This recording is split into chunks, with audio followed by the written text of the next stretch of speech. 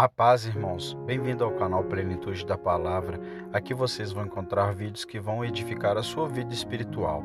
Se inscreva no canal, deixe seu comentário e compartilhe o vídeo. Deus abençoe vocês. Pois eis que ele ora. Atos capítulo 9, versículo 11. Deus tem muitos métodos para extinguir a perseguição.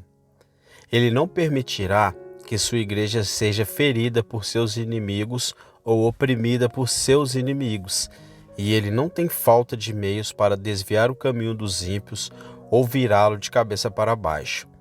De duas maneiras, ele geralmente alcança seu fim, às vezes pela confusão do perseguidor e outras de forma mais abençoada pela sua conversão. Às vezes, ele confunde seus inimigos. Ele enlouquece o adivinho. Ele deixa o homem que vem contra ele ser totalmente destruído, permite que ele prossiga para sua própria destruição e então, finalmente, se volta em escárnio triunfante contra o homem que esperava ter dito ha para a igreja de Deus. Mas outras vezes, como neste caso, ele converte o perseguidor.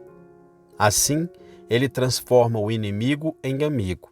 Ele faz do homem que foi um guerreiro contra o evangelho um soldado dele. Das trevas ele produz luz. De quem come tira mel.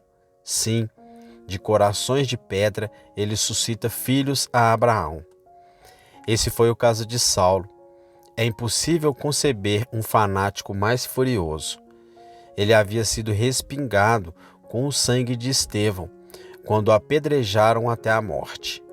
Ele foi tão oficioso em sua crueldade que os homens deixaram suas roupas aos cuidados de um jovem chamado Saulo. Vivendo em Jerusalém, no colégio de Gamaliel, entrava constantemente em contato com os discípulos do homem de Nazaré. Ele ria deles, insultava-os enquanto passavam pela rua. Ele obteve decretos contra eles e os condenou à morte.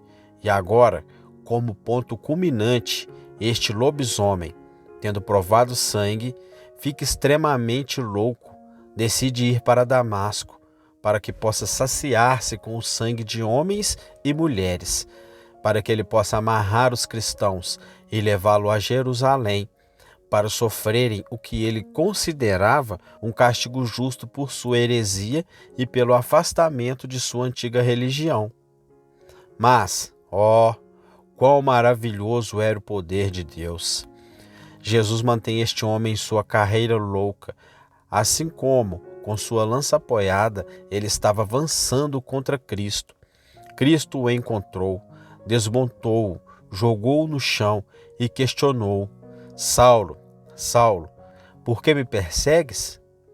Ele então, graciosamente removeu seu coração rebelde, deu-lhe um novo coração e um espírito correto, mudou seu objetivo, levou-o a Damasco, deixou-o prostrado por 3 dias e 3 noites, falou com ele, fez sons místicos murmurarem em seus ouvidos, incendiou toda a sua alma, e quando finalmente ele saiu daquele transe de 3 dias e começou a orar, foi então que Jesus desceu do céu, veio em uma visão a Ananias e disse: Levanta-te e vai à rua chamada direita, e pergunta na casa de Judas por um chamado Saulo de Tarso, pois eis que ele ora. Primeiro, o nosso texto foi um anúncio, eis que ele ora. Em segundo lugar, foi uma discussão, pois eis que ele ora. Então, para concluir, tentaremos fazer uma aplicação do nosso texto aos seus corações. Embora a aplicação seja obra somente de Deus, confiaremos que Ele terá prazer em fazer essa aplicação enquanto a palavra é pregada esta manhã. Primeiro, aqui estava um anúncio. Vá à casa de Saulo de Tarso, pois eis que ele ora. Sem qualquer prefácio, deixe-me dizer que esse foi o anúncio de um fato que foi notado no céu, que foi alegre para os anjos e que foi surpreendente para Ananias e uma novidade para o próprio Saulo. Foi o anúncio de um fato notado no céu. O pobre Saulo foi levado a clamar por misericórdia, e no momento em que começou a orar, Deus começou a ouvir. Você não percebe, ao ler o capítulo, que atenção Deus deu a Saulo? Ele conhecia a rua onde morava. Vá para a rua que se chama Direita. Ele conhecia a casa onde morava. Indague na casa de Judas. Ele sabia seu nome. Foi Saulo. Ele conhecia o lugar de onde veio. Pergunte por Saulo de Tarso. E ele sabia que havia orado. Eis que ele ora. Oh, é um fato glorioso que as orações sejam notadas no céu. O pobre pecador de coração partido, subindo ao seu quarto, dobra os joelhos, mas só consegue expressar o seu lamento na linguagem dos suspiros e das lágrimas. Veja, esse gemido fez vibrar todas as harpas do céu com música. Essa lágrima foi apanhada por Deus e colocada no lacrimogênio do céu para ser perpetuamente preservada. O suplicante, cujos medos impedem as suas palavras, será bem compreendido pelo Altíssimo. Ele só pode derramar uma lágrima precipitada, mas a oração é o cair de uma lágrima. As lágrimas são os diamantes do céu. Os suspiros fazem parte da música do trono de Jeová, pois embora as orações sejam a forma mais simples de fala que os lábios infantis podem experimentar, então eles também são as tensões mais sublimes que alcançaram a majestade nas alturas. Deixe-me aprofundar esse pensamento por um momento. As orações são notadas no céu. Oh, eu sei o que acontece com muitos de vocês. Você pensa, se eu me volto para Deus, se o procuro, certamente sou um ser tão insignificante, tão culpado e vil, que não se pode imaginar que Ele prestaria atenção em mim. Meus amigos, não abriguem tais ideias pagãs. Nosso Deus não é um Deus que fica sentado em um sonho perpétuo, nem Ele se veste em uma escuridão tão espessa que não possa ver. Ele não é como Baal, que não ouve. É verdade que ele pode não considerar as batalhas.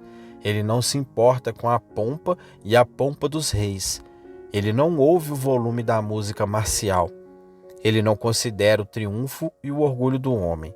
Mas onde quer que haja um coração cheio de tristeza, onde quer que haja um olho cheio de lágrimas, onde quer que haja um lábio tremendo de agonia, onde quer que haja um gemido profundo ou um suspiro penitencial, o ouvido de Jeová está bem aberto. Ele anota isso no registro de sua memória. Ele coloca nossas orações como folhas de rosa entre as páginas de seu livro de recordações. E quando o volume for finalmente aberto, uma fragrância preciosa brotará dele. Ó, pobre pecador, do caráter mais negro e vil, suas orações são ouvidas, e mesmo agora Deus disse de você: eis que ele ora. Onde estava? Em um celeiro? Onde estava? No armário? Foi ao lado da sua cama esta manhã ou neste corredor? Você está agora olhando para o céu? Fala, pobre coração. Eu ouvi seus lábios murmurarem agora. Deus, tenha misericórdia de mim, pecador? Eu te digo, pecador, há uma coisa que supera o telégrafo. Você sabe que agora podemos enviar uma mensagem e receber uma resposta em alguns instantes, mas li sobre algo na Bíblia mais rápido que o fluido elétrico. Antes que eles liguem, eu responderei, e enquanto eles falarem, eu ouvirei. Então, pobre pecador, você foi notado, sim, tu és ouvido por aquele que está sentado no trono. De novo, este foi o anúncio de um fato alegre para o céu. Nosso texto é prefaciado com eis, pois, sem dúvida, nosso próprio Salvador o considerou com alegria. Apenas uma vez lemos sobre um sorriso repousando no semblante de Jesus, quando, erguendo os olhos para o céu, ele exclamou: graças te dou, ó Pai, Senhor do céu e da terra, porque escondestes essas coisas dos sábios e prudentes, e assim mesmo os revelastes aos pequeninos. Pai, O pastor de nossas almas se alegra com a visão de suas ovelhas bem guardadas. Ele triunfa em espírito quando traz um andarilho para casa. Imagino que quando ele disse essas palavras a Ananias, um dos sorrisos do paraíso deve ter brilhado em seus olhos. Eis que conquistei o coração do meu inimigo, salvei o meu perseguidor. Mesmo agora ele está dobrando os joelhos ao meu escabelo. Eis que ele ora. O próprio Jesus liderou a canção, regozijando-se com um novo convertido com cânticos. Jesus Cristo alegrou-se e alegrou-se mais por aquela ovelha perdida do que por 99 que não se extraviaram. E os anjos também se alegraram. Ora, quando um dos eleitos de Deus nasce, os anjos ficam ao redor do seu berço. Ele cresce e cai no pecado. Os anjos o seguem, acompanhando-o por todo o caminho. Eles olham com tristeza para suas muitas andanças. A bela Peri chora quando aquele ente querido peca. Atualmente o homem é levado ao som do evangelho. O anjo diz, eis que ele começa a ouvir. Ele espera um pouco, a palavra penetra em seu coração, uma lágrima escorre por seu rosto e finalmente ele grita do mais íntimo de sua alma. Deus, tenha piedade de mim. Vê, o anjo bate as asas, voa o céu e diz, irmãos anjos, escutem-me, eis que ele ora. Então eles tocaram os sinos do céu, eles têm um jubileu em glória. Novamente eles gritam com vozes alegres, pois em verdade eu lhes digo, há alegria no céu entre os anjos de Deus por um pecador que se arrepende. Eles nos observam até orarmos, e quando oramos dizem, eis que ele ora. Além disso, meus queridos amigos, pode haver outros espíritos no céu que se regozijem, além dos anjos. Essas pessoas são os nossos amigos que vieram antes de nós. Não tenho muitos parentes no céu, mas tenho uma a quem amo profundamente, que não duvido, orou muitas vezes por mim, pois ela cuidou de mim quando eu era criança e me criou durante parte da minha infância. E agora ela senta diante do trono em glória, repentinamente arrebatado. Imagino que ela olha para o seu querido neto e ao vê-lo nos caminhos do pecado, do vício e da loucura, não pôde olhar com tristeza, pois não há lágrimas nos olhos dos glorificados. Ela não poderia olhar com pesar, porque eles não podem conhecer tal sentimento diante do trono de Deus. Mas naquele momento em que, pela graça soberana, fui obrigado a orar, quando sozinho dobrei o joelho e lutei, parece-me que a vi quando ela disse, eis que ele ora, eis que ele ora. Oh, posso imaginar seu semblante. Ela parecia ter 2 céus por um momento, uma felicidade dupla, um céu em mim e também nela mesma, quando ela podia dizer, eis que ele ora. Ah, jovem, lá está sua mãe andando pelas ruas douradas. Ela está olhando para você esta hora. Ela cuida de você. Em seu peito você estava deitado quando era apenas uma criança e ela o consagrou a Jesus Cristo. Do céu ela te observa com aquela ansiedade intensa que é compatível com a felicidade. Esta manhã ela está olhando para você. O que você diz, jovem? Cristo, pelo seu Espírito, diz em seu coração, vinde a mim? Você deixa cair a lágrima do arrependimento? Parece que vejo sua mãe chorando. Eis que ele ora. Mais uma vez ela se inclina diante do trono de Deus e diz, agradeço-te, ó tu, sempre gracioso, porque aquele que era meu filho na terra, agora se tornou teu filho na luz. Mas se há alguém no céu que tem mais alegria do que outro pela conversão de um pecador, é um ministro, um dos verdadeiros ministros de Deus. Oh, meus ouvintes, vocês não imaginam como os verdadeiros ministros de Deus amam suas almas. Talvez você pense que é um trabalho fácil ficar aqui e pregar para você. Deus sabe que, se isso fosse tudo, seria um trabalho fácil. Mas quando pensamos que quando falamos com você, sua salvação ou condenação, em certa medida, depende do que dizemos, quando refletimos que se formos vigias infiéis, Deus exigirá seu sangue de nossas mãos, ó bom Deus. Quando reflito que preguei para milhares de pessoas em minha vida, muitos milhares, e talvez tenha dito muitas coisas que não deveria ter dito, isso me assusta, me faz tremer e tremer. Lutero disse que poderia enfrentar seus inimigos, mas não poderia subir as escadas do púlpito sem que seus joelhos batessem um no outro. A pregação não é brincadeira de criança, não é algo que possa ser feito sem trabalho e ansiedade. É um trabalho solene, é um trabalho terrível, se você o encarar em sua relação com a eternidade. Ah, como o ministro de Deus ora por você. Se você pudesse ter ouvido sob o beiral da janela de seu quarto, você o teria ouvido gemer todos os domingos à noite durante seus sermões, porque ele não havia falado com mais efeito. Você o teria ouvido implorando a Deus. Quem acreditou em nosso relato? A quem foi revelado o braço do Senhor? Ah, quando ele observa você de seu descanso no céu, quando ele vê você orando, como ele baterá palmas e dirá: eis o filho que você me deu, eis que ele ora. Tenho certeza de que quando vemos alguém ser levado a conhecer o Senhor, nós sentimos muito como alguém que salvou um ser humano do afogamento. Há um homem pobre na enchente, ele está afundando, deve estar afogado. Mas eu salto, agarro-o com firmeza, levanto-o até a margem e o coloco no chão. Vem o médico, ele olha para ele, coloca a mão sobre ele e diz: temo que ele esteja morto. Aplicamos todos os meios ao nosso alcance, fazemos o que podemos para restaurar a vida.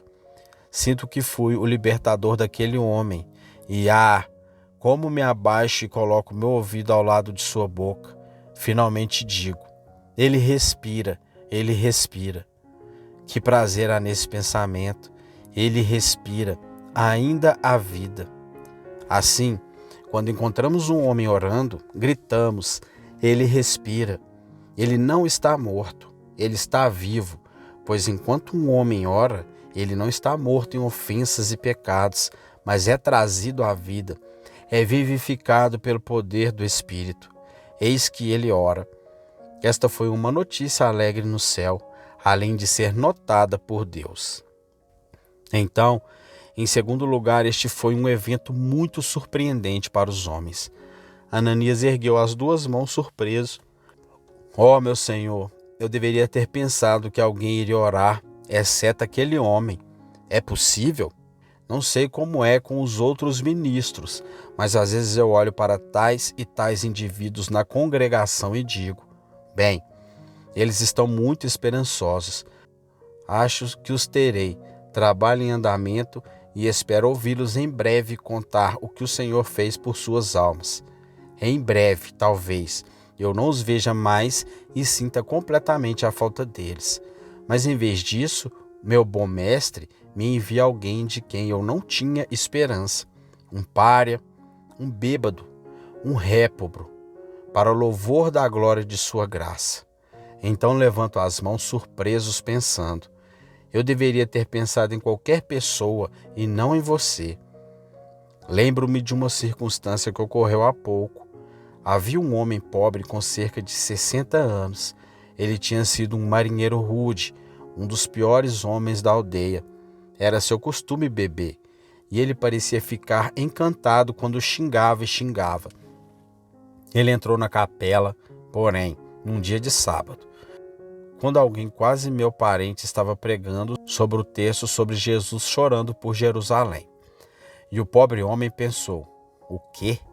Jesus Cristo alguma vez chorou por um desgraçado como eu? Ele pensou que era muito ruim para Cristo cuidar dele. Por fim, ele foi até o ministro e disse: Senhor, há 60 anos tenho navegado sob o estandarte do diabo. É hora de ter um novo proprietário. Quero afundar o velho navio e afundá-lo completamente. Terei um novo e navegarei sob as cores do príncipe Emanuel. Desde aquele momento, aquele homem tem sido um personagem de oração, andando diante de Deus com toda sinceridade. No entanto, ele foi o último homem em que você teria pensado. De alguma forma, Deus escolhe os últimos homens. Ele não se importa com o diamante, mas apanha os seixos, pois é capaz das pedras de suscitar filhos a Abraão. Deus é mais sábio que o químico.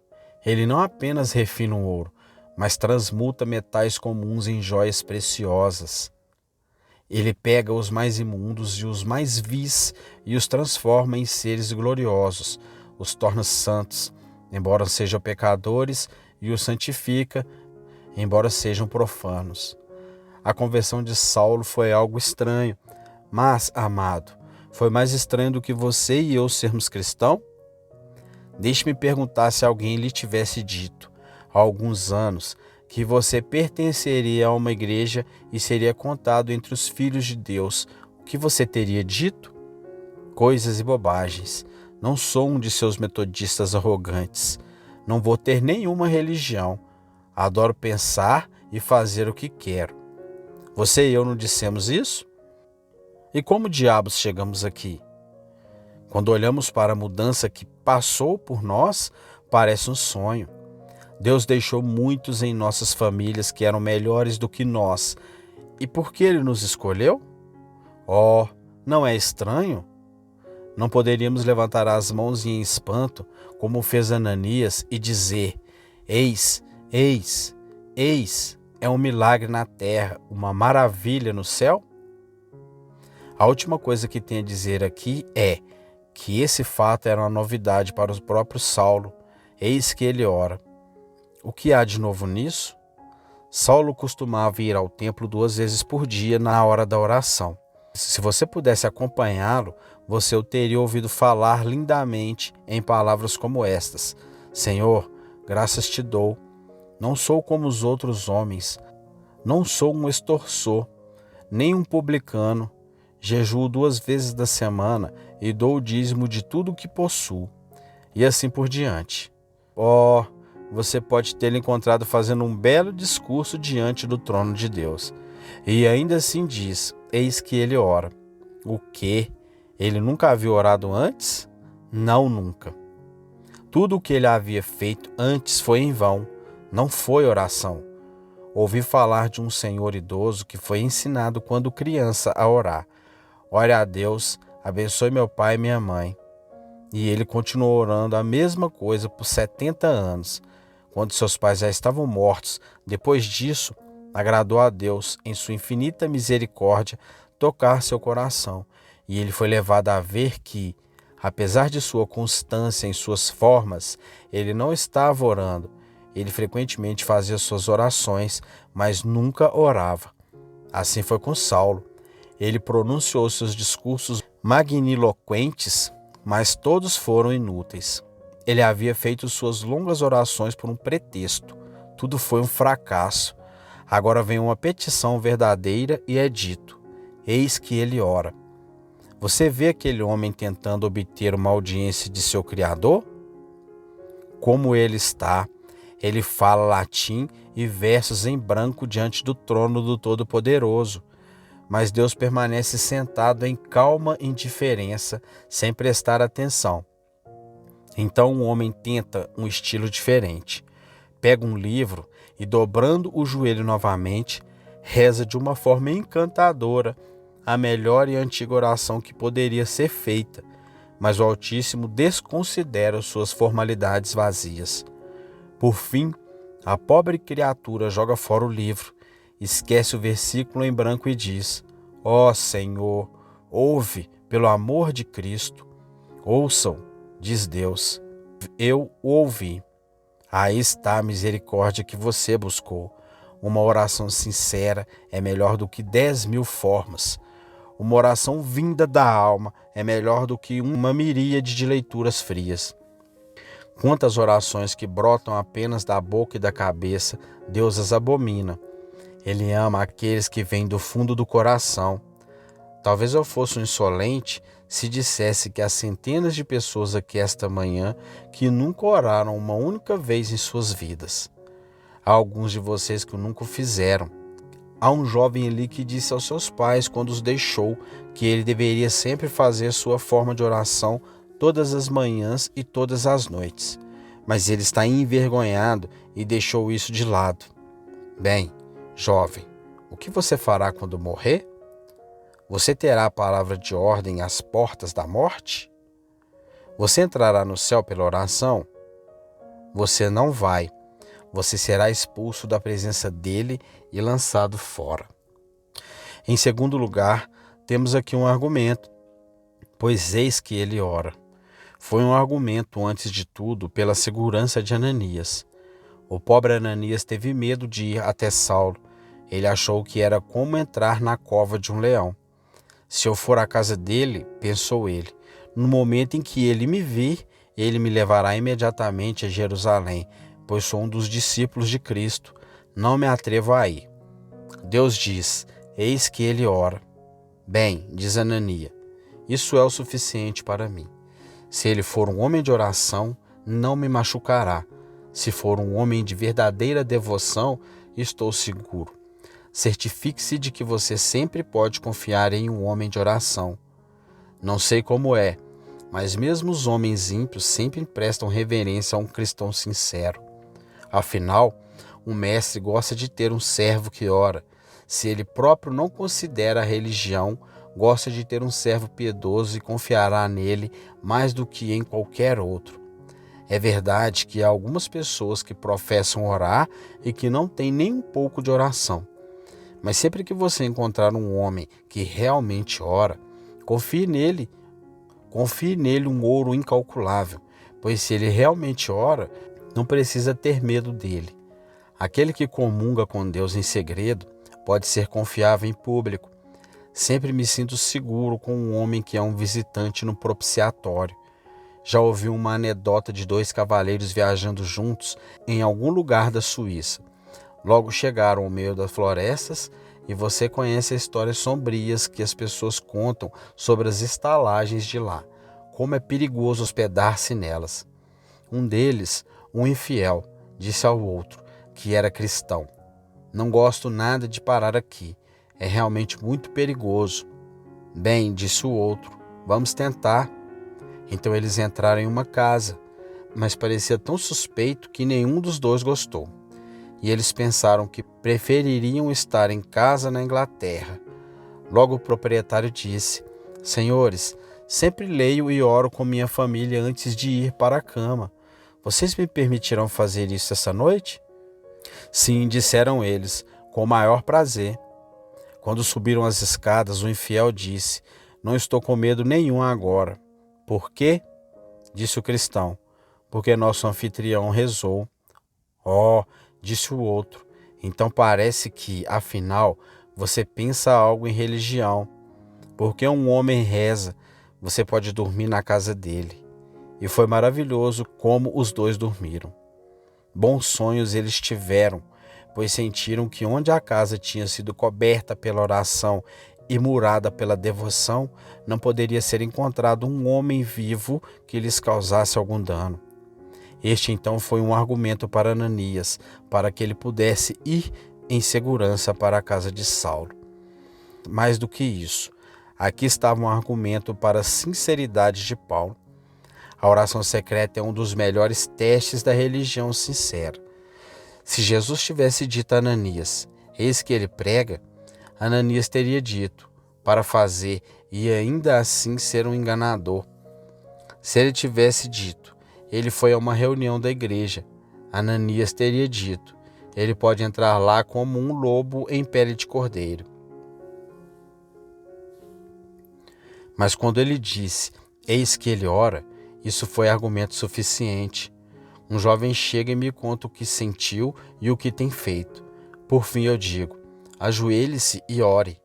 Eu preferiria não. Não importa, você deve. Ele cai de joelhos. Mal tem uma palavra a dizer. Ele começa a gemer e a chorar.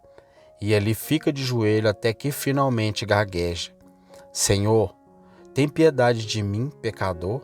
Sou o maior dos pecadores. Tem piedade de mim? Então fico um pouco mais satisfeito e digo: não me importei com toda a sua conversa, queria suas orações. Mas se eu pudesse rastreá-lo até sua casa, se eu pudesse vê-lo orar sozinho, então teria certeza, pois quem ora em particular é um verdadeiro cristão. A mera leitura de um livro de devoção diária não provará que você é um filho de Deus. Se você ora em particular, então você tem uma religião sincera. Um pouco de religião, se sincera, é melhor do que montanhas de fingimentos. A piedade doméstica é a melhor piedade. Orar fará com que você pare de pecar, ou pecar fará com que você pare de orar. A oração no coração prova a realidade da conversão. Um homem pode ser sincero, mas sinceramente errado. Paulo estava sinceramente certo. Eis que ele ora. Foi o melhor argumento que sua religião estava certa. Se alguém me perguntasse em resumo da religião cristã, eu diria que está numa única palavra: oração.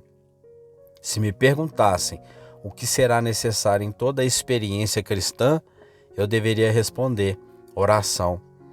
Um homem deve ter sido convencido do pecado antes de poder orar. Ele deve ter tido alguma esperança de que havia misericórdia para ele antes de poder orar. Na verdade, todas as virtudes cristãs estão encerradas nessa palavra: oração. Apenas me diga que você é um homem de oração e eu responderei imediatamente: Senhor, não tenho dúvidas da realidade, bem como da sinceridade de sua religião. Mas, mais uma reflexão e deixarei esse assunto. Foi uma prova da eleição deste homem, pois você leu logo depois: eis que ele é um vaso escolhido. Muitas vezes encontro pessoas preocupadas com a doutrina da eleição. De vez em quando recebo uma carta de alguém me criticando por pregar a eleição. Toda a resposta que posso dar é: aí está na Bíblia. Vai e pergunte ao meu mestre por que ele colocou isso ali. Não posso evitar. Sou apenas um homem servo e lhe conto a mensagem do alto. Se eu fosse um lacaio, não alteraria a mensagem do meu Senhor na porta. Acontece que sou um embaixador do céu e não ouso alterar a mensagem que recebi. Se estiver errada, envia para o quartel-general e não posso alterá-lo. Deixe-me dizer isso como explicação. Alguns dizem: como eu posso descobrir se sou eleito de Deus? Receio não ser eleito de Deus. Você reza? Se pode ser dito: eis que ele ora. Também pode ser dito: eis que ele é um vaso escolhido. Você tem fé? Se sim, você é eleito. Essas são as marcas da eleição destes. Você não tem motivos para concluir que pertence ao povo peculiar de Deus. Você tem um desejo de amar a Cristo? Você tem a milionésima parte de um desejo de vir a Cristo? Um desejo prático? Isso o leva a oferecer súplicas sinceras e chorosas. Se assim for, nunca tenha medo da não eleição, pois quem ora com sinceridade é ordenado por Deus antes da fundação do mundo, para que seja santo e sem pecado, culpa diante de Cristo em amor.